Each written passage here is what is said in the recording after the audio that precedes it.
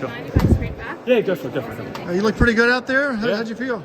Felt good. The goal was to qualify top 6, and I was bonus enough to get a win. But really, for me, you never know who's behind you or what you're doing. You're just trying to focus on getting to that line and being in that top 6. And the heats are all stacked, great talent, and to be able to feel good, confident, and take control of that race in the last 100 was a great feeling for me. And hopefully, moving forward to the semi, I can do the same and get to that final. I noticed Chariot was kind of running in the back. Did that surprise you a little bit? I don't think so. I think he's been around. He's a defending world champ. He knows how to run rounds, and he probably feels like he just needs to do that to qualify for the semi, and you might see him take the lead in the next round. But yeah, I mean, for him, like, Chariot's kind of elusive in some ways. He could just chill at the back and come through strong, or he could drop a 151 first 800. So for him, he's got a lot of cards to use, and having him go through is no surprise, and being at the back is no surprise, because he could just turn up and run a 151 or do something crazy like that in the future. You had a big time trial recently, right? 800? Yeah. How did it go?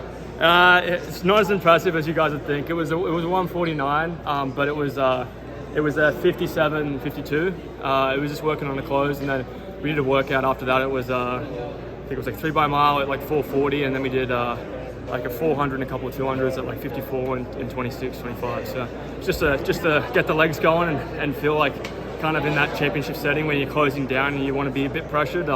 That was the plan for it, and it felt good.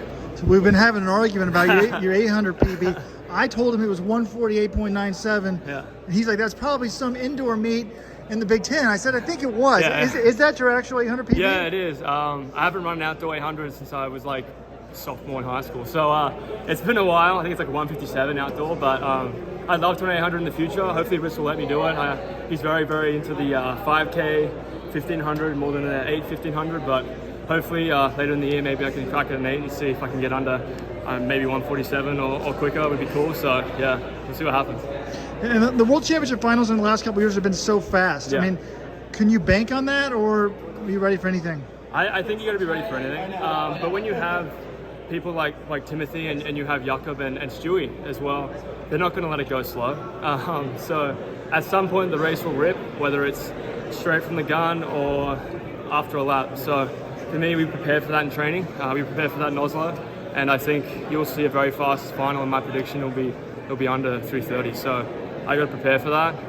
The rounds are going to take some juice out of the legs, but you got to turn up and feel like you can run with all of them. So that's the plan. All right, we'll see you next time. Cheers, appreciate it.